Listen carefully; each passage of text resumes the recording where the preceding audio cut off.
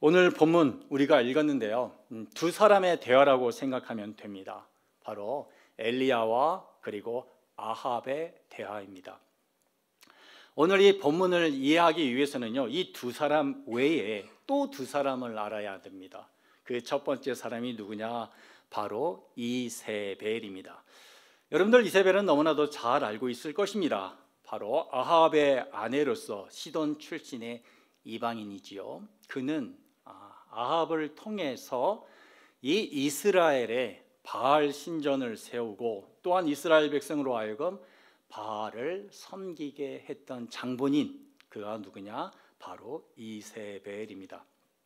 오늘 성경은요, 이 이세벨의 남편 아합이 이스라엘 왕 중에 왜 가장 악독한 왕이 되었느냐? 그것은 다름 아니라 바로 이 이세벨 때문이다라고 밝히고 있습니다. 25절을 한번 보십시오.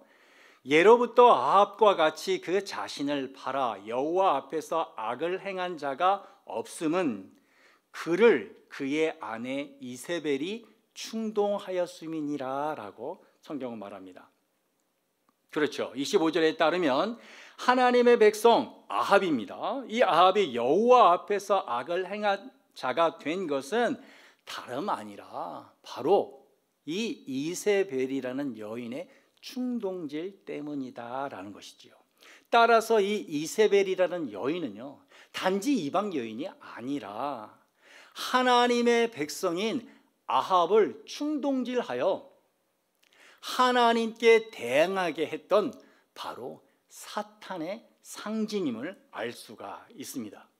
여러분, 사탄의 궁극적인 목적이 무엇이죠? 창세기에 나와 있던 것처럼 하나님의 사람을 유혹합니다.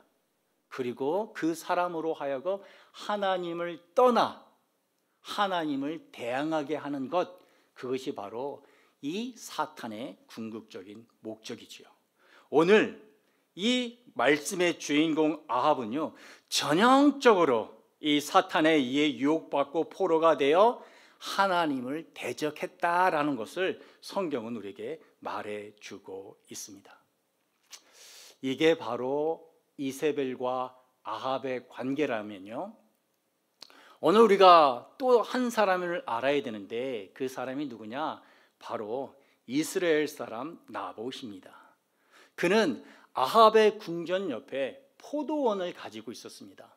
아합은 그 포도원을 자신의 궁전으로, 정원이죠, 자기의 정원으로 만들기 위해서 나봇에게 두 가지를 제안합니다. 그 첫 번째 제안이 뭐냐? 내가 더 좋은 땅으로 너에게 빵을 주겠다. 그러니 너 땅을 나에게 달라라는 것이고, 두 번째는 아니다, 그러면 후하게 값을 치러 줄 테니 너 땅을 나에게 팔아라 라고 이렇게 말하지요.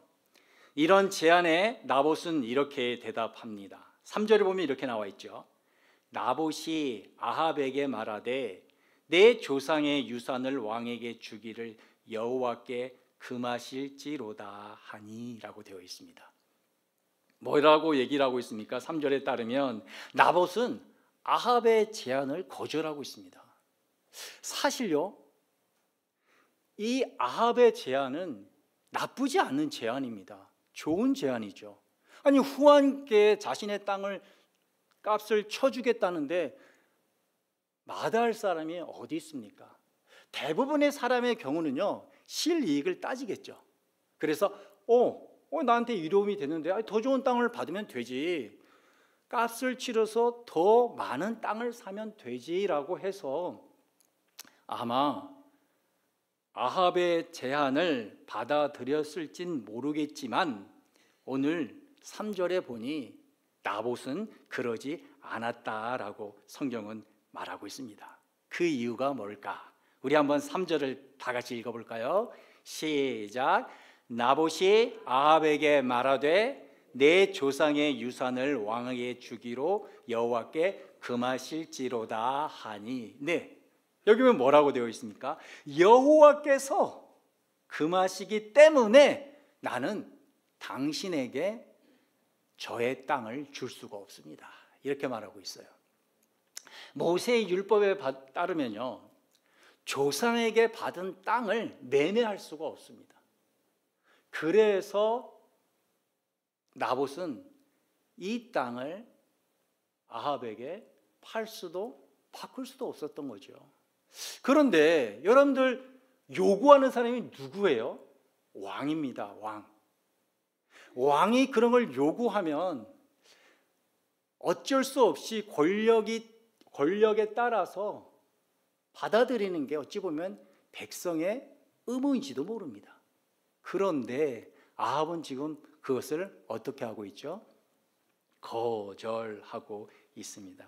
우리는요, 여기서 이 나봇의 모습을 통해서 무엇을 알 수 있느냐? 이 사람이 얼마나 신실하게 하나님의 말씀을 따르고 있는지 알 수가 있습니다. 여러분, 그 당시 이스라엘을 한번 생각해 보십시오. 아까도 말씀드렸지만 이 이세벨이라는 여자가 이 이스라엘 땅을 완전히 바알 신에게 바쳤습니다. 많은 사람들이 바알 신을 섬겼습니다. 그런데 지금 이 나봇은 어떻게 하고 있나요? 하나님의 말씀을 알 뿐만 아니라 그 말씀을 실행하기 위해 당당히 아합 왕 앞에 서 있는 것을 알 수가 있습니다. 그렇습니다. 그는 신실한 사람이었습니다. 이런 나봇의 모습은 그에게 땅을 요구한 아합과는 상당히 대조적입니다. 아합은요, 자신의 욕망을 채우기 위해서 하나님의 말씀 같은 것은 그리 중요하지 않았습니다. 그래서 2절에 보면요, 그는요 자신의 욕망의 대상이 되는 그 포도원 계속해서 포도원을 말합니다. 2절을 한번 보십시오. 아합이 나봇에게 말하여 이르되 내 포도원이 내 왕궁 곁에 가까이 있으니 내게 주어 채소밭을 삼게 하라. 내가 그 대신에 그보다 더 아름다운 포도원을 내게 줄 것이요 만일 내가 좋게 여기면 그 값을 돈으로 내게 주리라 라고 말하고 있습니다. 반복됐습니다. 포도원. 왜 이렇게 계속해서 포도원으로 말할까요? 그 안에 무엇이 있기 때문이냐? 바로 욕망이, 포도원이라는 그 욕망이 가득 찼기 때문에 그것만 생각하고 다른 건 생각할 수가 없습니다. 하나님의 말씀은요, 하나님의 말씀은 마치 그의 그 불타오르는 욕망 앞에 건초더미와 같은 것입니다. 그냥 타버리고 마는 겁니다. 없어질 것입니다. 오로지 그에게 중요한 건 뭐냐? 바로 욕망입니다. 그런데요, 그 욕망을 채우지 못한 사람들의 모습, 어떤 증상이 나타나느냐? 한번 4절을 한번 보십시오. 4절은 이 욕망을 채우지 못한 아합의 모습이 보여지고 있습니다. 이스라엘 사람 나봇이 아합에게 대답하여 이르기를 내 조상의 유산을 왕께 줄 수 없다 하므로 아합이 근심하고 답답하여 왕궁으로 돌아와 침상에 누워 얼굴을 돌리고 식사를 아니하니라고 말하고 있습니다. 여러분, 식음을 전폐하다라는 말 알고 있지요? 아무것도 할 수 없는, 그래서 일상을 유지할 수 없는 그런 상태를 말합니다. 지금 아합의 모습을 잘 설명하고 있지요.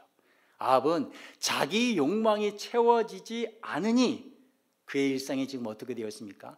깨어지고 있다는 것을 우리가 볼 수가 있습니다. 이러한요, 아합의 모습은 우리에게 하나의 경고가 되죠. 하나님의 사람임에도 불구하고요, 하나님을 바라보는 게 아니라 욕망을 우리가 붙잡는다면요, 그때부터 우리는 하나님의 음성을, 하나님의 말씀이 들리지 않는다는 것입니다. 그리고는 우리는 욕망의 노예가 되어 일상이 깨어질 뿐만 아니라 우리는 이제 하나님의 사람이 아니라 욕망의 종으로 살아갈 수밖에 없다고 성경은 말하죠. 이런 욕망에 충만한 사람들의 그 다음에 걸음은 무엇이냐? 계속해서 그 욕망을 추구한다는 겁니다. 이 욕망은요, 쉽게 사라지지 않습니다. 그 다음에 이 이세벨, 아합의 아내죠. 아합의 아내가 이렇게 식음을 전폐하고 있는 아합을 봅니다. 그리고는 이유를 묻겠죠. 그래서 아합은 이렇게 해서 내가 지금 이렇게 있습니다 라고 이세벨에게 이야기한 것 같아요. 이세벨이 이 아합에게 고통을 주는 그 나봇을 죽이기 위해 음모를 꾸밉니다. 그 음모는 간단합니다. 이 나봇을 큰 자리에 앉히고 난 다음에 한 소문이 돌리게 합니다. 어떤 소문이냐? 이 나봇이 여호와와 하나님을 욕했다라는 그런 소문입니다. 그런 소문이 돌자 마을 사람들은 그를 죽이게 됩니다.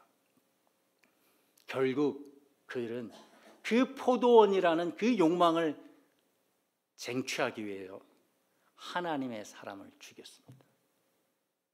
아합은요, 이세벨이 이 나봇을 죽였다는 그 소식을 알자 어떻게 행동하는지 아십니까? 여러분들 그 16절 한번 다 같이 읽어보도록 하겠습니다. 16절입니다. 아합은 나봇이 죽었다 함을 듣고 곧 일어나 이스라엘 사람 나봇의 포도원을 차지하러 그리로 내려갔더라. 예. 여러분 한번 보십시오. 아합은 나봇이 죽었다 함을 듣고 곧 일어나, 망설임도 없이 곧 일어나 이스라엘 사람 나봇의 포도원을 찾아라 그리로 내려갔다. 나봇이 죽기만을 기다린 것 같지 않아요?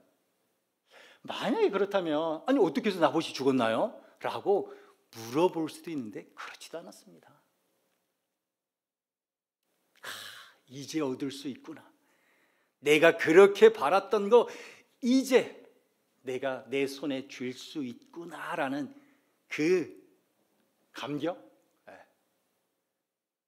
그것을 갖고 이제 내려간 거겠죠. 이것이 무엇이냐?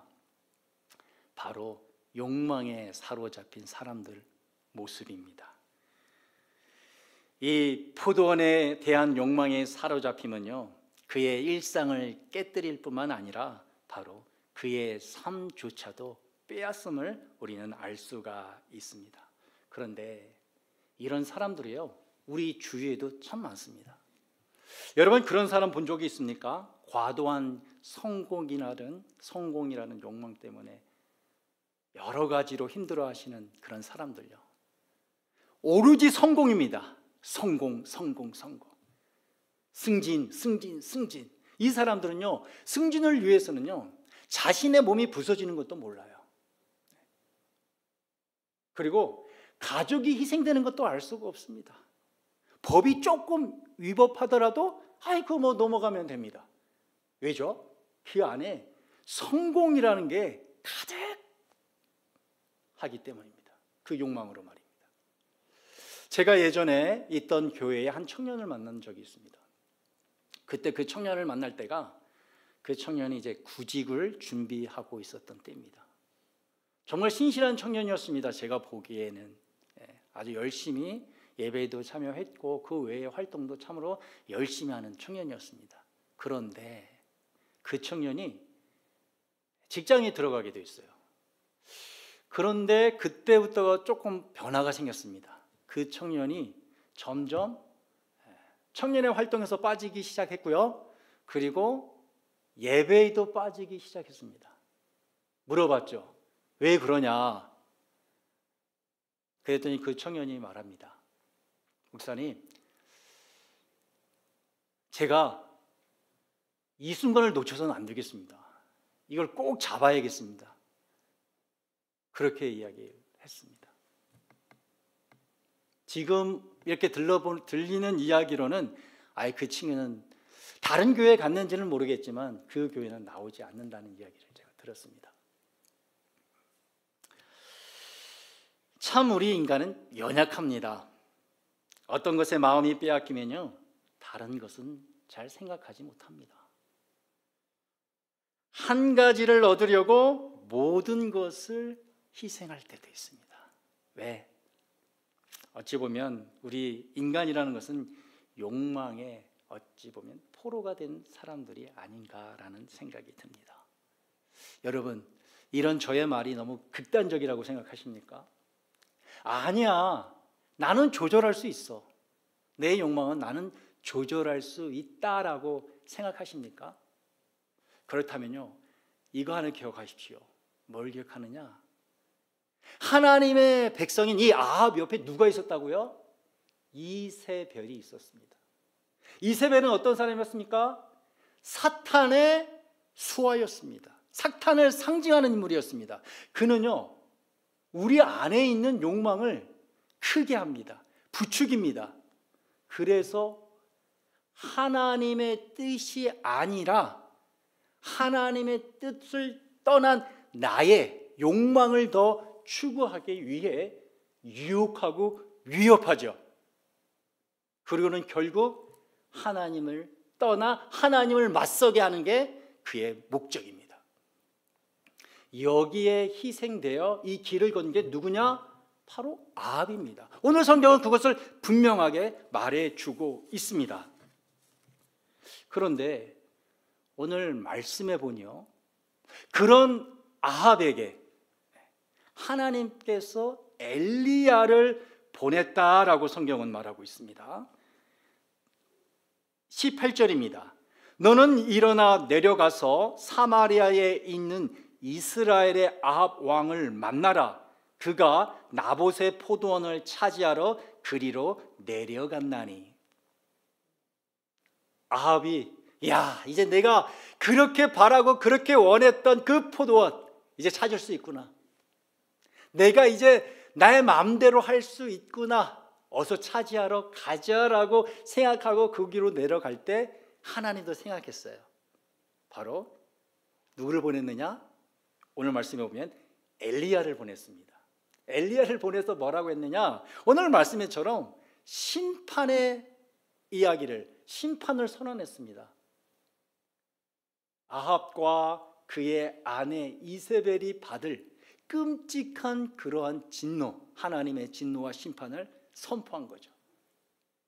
우리는 이런 하나님의 모습을 통해서 하나님께서는 정말 공의와 정의로운 하나님이야 라고 우리 생각할 수 있습니다. 그리고 이 이후에 이뤄질 하나님께서는 분명히 이 심판을 이루실 거야 라고 생각하면서 그 심판의 장면을 상상하기도 합니다. 그런데요, 여기에서 우리는 하나의 의문점이 듭니다. 그 의문점이 뭐냐? 왜 하나님께서는 동일하게 악을 저지른, 그렇죠? 아합과 엘리야 이 두 사람에게 엘리야를 보낸 게 아니라 왜 아합 왕에게만 엘리야를 보냈냐 이겁니다. 오늘 성경은 왜 그거를 기록했느냐 이겁니다. 왜일까요, 여러분? 왜 아합 왕에게 간 엘리야만 여기에 기록해 놓았을까요? 그 이유는 간단합니다. 바로 아합 왕은 하나님의 백성이기 때문입니다. 하나님의 백성. 이것은 하나님의 백성의 지위가 얼마나 대단한지를 보여주는 거죠. 하나님께서는요, 아무리 그의 백성이 잘못하고 악한 일을 할지라도 그 백성에 대한 관심을 끊지 않는다라는 것을 오늘 본문은 우리에게 보여주고 있는 것입니다. 그렇습니다. 하나님께서는 그의 자녀들이 아무리 잘못을 저질렀지라도요, 그 자녀를 포기하지 않습니다. 하나님은 이것을 역사적으로, 시각적으로 2000년 전에 십자가 위에서 보여주었습니다. 우리는 이것을 뭐라고 이야기하느냐? 바로 은혜라고 얘기합니다. 은혜. 그런데요, 꼭 기억하십시오. 이 은혜는요, 아무나 받는 게 아니에요. 아무나 받지 않습니다. 바로 하나님의 자녀들만 받는 바로 자녀들의 특권이라는 것을 꼭 기억하시기 바랍니다. 그리고 오늘 하나님께서는요, 그 은혜의 구체성을 오늘 엘리야를 통해서, 오늘 본문을 통해서 말씀합니다. 우리 29절 말씀을 다 함께 봉독하도록 하겠습니다. 시작. 아합이 내 앞에서 겸비함을 내가 보느냐? 그가 내 앞에서 겸비함으로 내가 재앙을 저희 시대에는 내리지 아니하고 그 아들의 시대에야 그의 집에 재앙을 내리리라 하셨더라. 네, 이 말씀은요, 아합이 엘리야의 그 심판의 말을 듣고 회개를 합니다. 회개하는 말씀은 이제 27절에 나와 있죠. 거기 보면 이렇게 나와 있어요. 27절에 그의 옷을 찢고 굵은 배로 몸을 동이고 금식하고 굵은 배에 누우며 또 풀이 죽으니 라고 있습니다. 이거에 대한 반응이 뭐냐? 바로 29절이죠. 29절. 29절을요, 제가 한번 일상어로, 그냥 저는 이렇게 해석을 했습니다. 어떡하냐? 야, 엘리야야, 너 아합을 봤냐? 아합이 지금 회개하고 있다. 회개. 나 그럴 줄 알았어. 아합이 나 회개할 줄 알았다. 그래서 너를 보낸 거야. 나 아합에게 줄 그 재앙, 아합에게 내리지 않고 그 자손대로 연기하겠다. 이런 말로 저는 이렇게 해석이 됩니다. 은혜를 받은 거지요, 아합이. 분명히 아합은 용서함을 받았죠. 그런데 이렇게 반문할 수 있죠. 아니, 아합이 아니라 자손 때에 재앙을 받는 것이 그게 정말 하나님의 용서함입니까? 라고 우리는 반문할 수도 있습니다. 왜냐하면 이것은 없어진 게 아니죠. 그의 아들 때로 내려갔기 때문이죠. 자손 때로. 그런데 여러분 한번 잘 생각해 보십시오. 이스라엘 왕 중에요, 가장 악독한 왕 아합이 회개했습니다. 회개했더니 하나님이 야, 역시 우리 아합 잘했다. 나 너 용서해 줄게. 이렇게 용서했어요, 지금. 근데 그 아들 때 만약에 그 아들이 용서하면 하나님 용서하지 않을까요? 아니요. 용서합니다. 그게 바로 하나님의 성품입니다. 왜 그럴까요? 이유는 간단합니다. 아합의 아들도 다 하나님의 백성이기 때문입니다. 여기서 우리는 하나님의 자녀와 백성이 누리는 특권이 무엇인지를 알게 됩니다. 무엇일까? 바로요, 회개입니다. 회개. 회개는요, 오직 하나님의 자녀, 하나님의 백성들이 갖고 있는 특권입니다. 얼마나 죄가 큰지, 우리가 보통 죄의 경중이죠. 심한지, 이거는 하나님 앞에 그리 중요한 게 아닙니다. 회개하면 우리는 은혜롭고 자비롭고 노하기를 더디하는 그 하나님을 만날 수 있다. 오늘 성경은 그걸 우리에게 말하고 있습니다. 그게 우리의 특권이다라는 거죠. 로마서 5장에 보면요, 사도 바울 뭐라고 고백하느냐? 죄가 많은 곳에 은혜가 더욱 넘칩니다 라고 고백합니다. 죄가 많은 곳에 은혜가 더욱 넘칩니다. 분명히 사도 바울은 자신이 받은 은혜가 있기 때문에 이걸 고백했어요. 로마서 5장 20절에 있는 말씀이죠. 근데 은혜가 넘친 말 앞에 뭐가 있습니까? 죄가 많은 곳에. 여러분, 여기서 죄가 많다는 것을 누구를 얘기하는 걸까요? 사도 바울 그 자신 아닐까요? 어쩔 수 없이 죄를 져야 되고 하나님 앞에서 죄를 졌던, 예수님 앞에서 죄를 지어야 했던 그 자신을 알고 그 자신이 주님 앞에 나와서 회개할 때 정말 내게 넘치는 은혜가 너무나도 크구나라는 것을 깨닫게 되었던 것이지요. 바로 이 은혜라는 것은 무엇에부터 시작이 되느냐? 잊지 마십시오. 바로 회개에서부터 시작합니다. 내가 얼마나 하나님 앞에서 죄인인지를 알 때, 회개할 때, 그때 은혜가 우리에게 다가오는 것입니다. 오늘 아합도 마찬가지입니다. 그는 분명 하나님 앞에 악인이었죠. 그러나 그가 회개를 하니 그는 생각지도 못한 하나님의 은혜를 받은 것입니다. 이처럼 이 자녀의 특권인 이 회개라는 것은요, 바로 이 은혜의 문을 여는 열쇠와도 같고요, 오직 하나님의 자녀들만 가질 수 있는 특권임을 꼭 기억하시기 바랍니다. 말씀을 맺도록 하겠습니다. 우리 모두는요, 나보처럼 신실한 신앙인이 되기를 원합니다. 정말 그렇게 살고 싶어요. 그런데 이 세상이라는 이 이세벨이 우리를 가만 놔두지 않습니다. 그렇죠? 우리의 욕망을 부추기며 우리의 욕망을 채우라고 계속해서 우리를 속삭입니다. 분명 성경은요, 그 육체의 정욕을 멀리 하라라는 그런 권면을 했고 우리는 그걸 압니다. 잘 알지요. 그러나 어느 순간 우리 자신을 보면, 우리 신앙을 보면, 이 세상이라는, 그리고 욕망이라는 강에 우리가 빠져있는 우리 자신을 볼 때가 참 많습니다.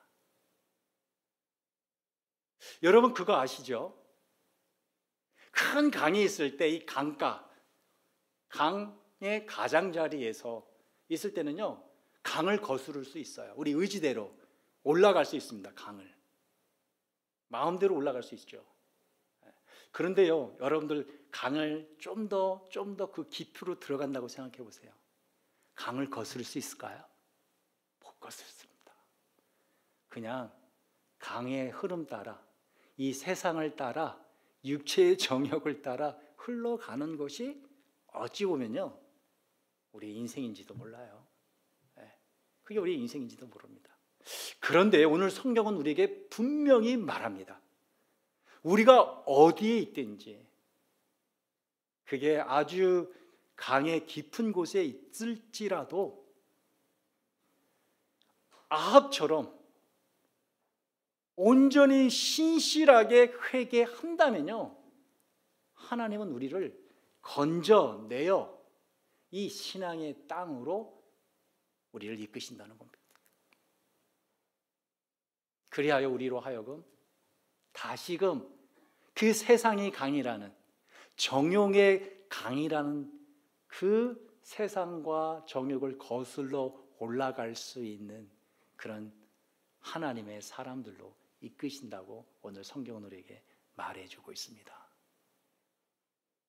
그것이 무엇이냐? 바로 아합이 경험한 회개의 능력입니다. 꼭 기억하십시오. 이 회개의 능력은 아무나 없어요. 오직 하나님의 자녀, 우리들에게만 있습니다. 그러니 우리가 이 회개를 아는 것으로는 안 돼요. 날마다 이 회개를 사용해야 합니다. 그리고 어떻든 간에 하나님께서 우리로 하여금 그 강을 거스르라 부르실 때에 따라가야 하는 것입니다. 그때 우리는 무엇을 볼 수 있느냐? 바로 하나님의 영광을 볼 수 있을 것이라 믿습니다. 여러분과 제가 그 길을, 자녀의 특권을 써서 이 세상의 강을 거스러 하나님의 영광의 자리로 나아가는 복된 신앙의 길, 신앙의 사람 다 되시기를 간절히 소망합니다. 기도하겠습니다.